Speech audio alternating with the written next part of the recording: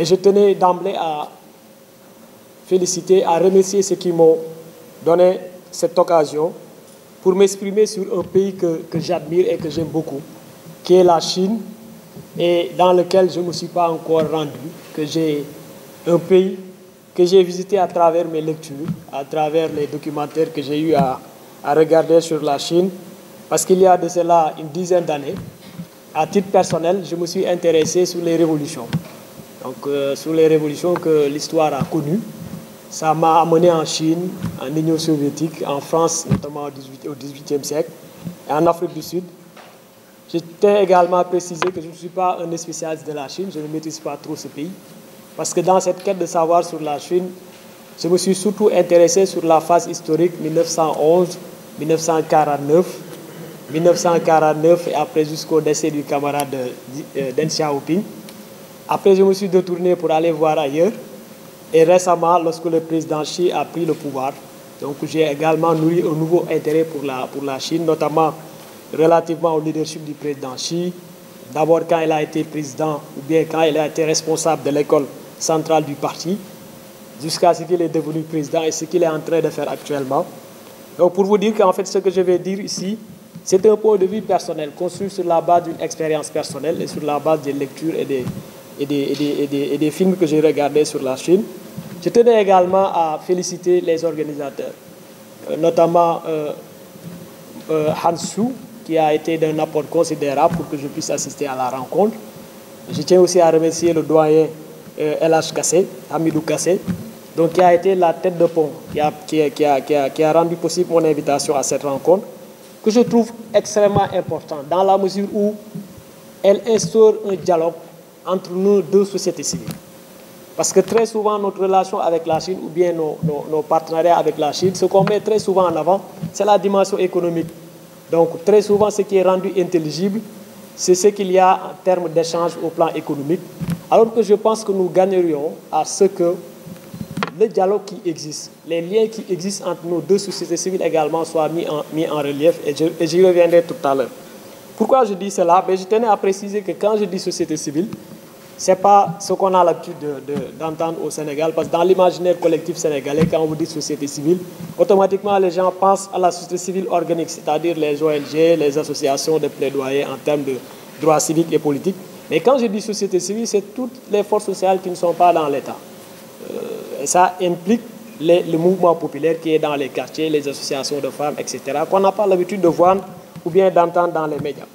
Donc je dis cela parce que je pense que nous devons aller au-delà du volume des échanges, au-delà de l'apport que la Chine apporte sur l'économie mondiale, pour voir quel est le support immatériel qui est à l'origine de la puissance chinoise. Et pour cela, je pense que nous devons nous intéresser à ce que j'appelle les structures sociales chinoises. C'est-à-dire qu'il faut qu'on aille au-delà de l'économique pour voir quelles sont les structures sociales qui sont à la base du développement qu'a connu ce pays durant ces dernières décennies. C'est pourquoi j'inviterai à ce qu'on puisse s'interroger sur l'école chinoise, qui, à mon avis, est à l'origine de l'essor de ce pays-là. À ce qu'on s'intéresse sur la famille chinoise. Qu'est-ce qu'elle a de particulier par rapport aux autres familles des autres pays et qui fait aujourd'hui que la Chine a connu la prouesse qu'elle a connue durant ces dernières décennies. Qu'on s'intéresse sur l'entrepreneur chinois, l'entreprise chinoise. Qu'est-ce qu'elle a de particulier par rapport aux autres entrepreneurs des autres pays. Qu'on s'intéresse sur les ordres socio-professionnels de la Chine, mais de façon plus succincte ou bien plus résumée, qu'on s'intéresse à l'homme chinois. Qu'est-ce que l'homme chinois a de si particulier qui a fait qu'il soit passé d'un pays sous-développé, si vous me permettez l'expression, à un pays développé? C'est vrai que je pense que c'est par modestie et par humilité que la Chine se considère tous comme un pays en développement, mais quand on regarde donc la vitalité économique de ce pays-là, on ne peut pas s'empêcher de le qualifier de pays en développement. Je pense que cela est extrêmement important, le fait qu'on puisse aller au-delà de l'économie pour voir l'immatériel. Et je pense que c'est par cet immatériel-là qu'on peut bénéficier de l'expérience de la Chine, de ce que la Chine a pu produire de positif pour se hisser au niveau où il est aujourd'hui. Parce que je trouve que c'est très réducteur, à mon avis, de réduire un pays à son PIB ou bien à son taux de croissance, parce que vous conviendrez avec moi qu'il n'y a pas de plus fluctuant que cela. Et nous savons les auteurs de ce récit-là, ceux qui mettent le cursus sur le taux de croissance, sur le PIB, c'est pour simplement pouvoir nous compter, pouvoir nous dire de temps en temps, regardez la Chine que vous considérez comme modèle, son économie est en contraction, son économie est en récession, et ça nous empêche de voir véritablement ce qui fait la force de ce pays, ce qui fait donc les piliers de son économie, à savoir ses structures sociales, tous les éléments que je viens de citer tout à l'heure. Surtout que les auteurs de ces récits-là, si vous regardez quand ils se positionnent comme modèle, quand ils s'offrent comme modèle pour nous, ils ne mettent pas en avant leur vitalité économique. Ils mettent en avant l'aspect culturel, la dimension dominante de leur culture.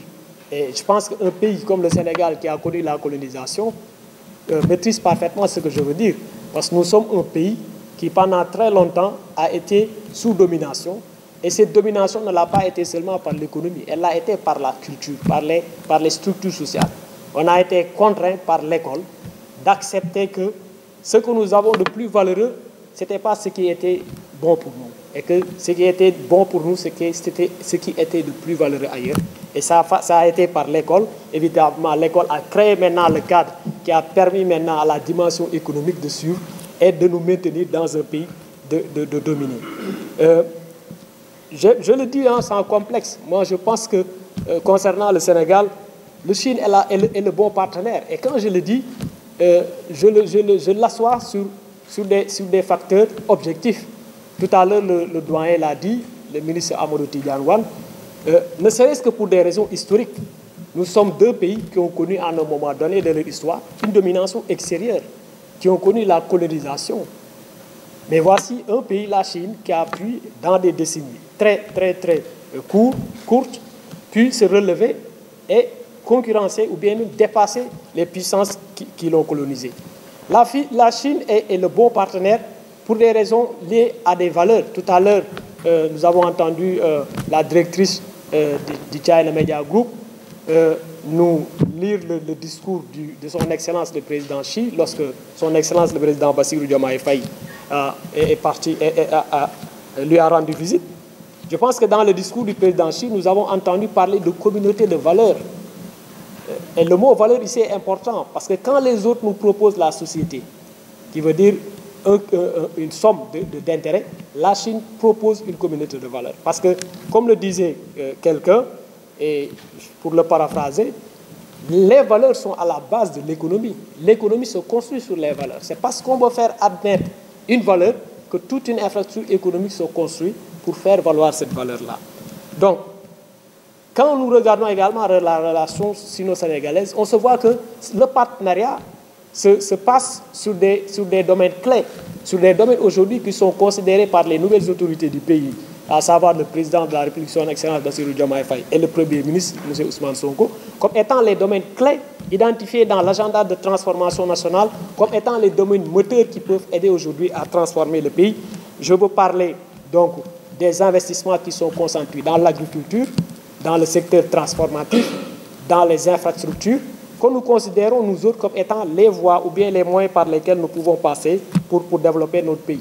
Quand on regarde le modèle chinois, on voit le rôle primordial qu'occupe l'État dans le développement d'un pays. On se rappelle dans ce pays pendant très longtemps, à partir des années 80 ou bien 70, on nous a fait croire que l'État ne devait pas s'occuper de l'économie et qu'il fallait laisser les choses se faire d'elles-mêmes. Et pendant longtemps, on s'est rendu compte que là n'était pas la voie. La Chine a montré que l'État avait un élément clé, ou bien avait un rôle moteur dans le développement d'un pays. Et sur ça, je pense que ça rejoint donc la ligne définie par les nouvelles autorités sur le rôle de régulation que l'État doit jouer dans l'économie. HK Média, le pari d'une information juste et utile, totalement indépendant, absolument véridique. HK Média est un nouvel espace animé par la volonté de contribuer à la diffusion d'une information de qualité, vraie et utile. Le Sénégal est notre site de déploiement, l'Afrique, notre priorité, le monde, notre horizon.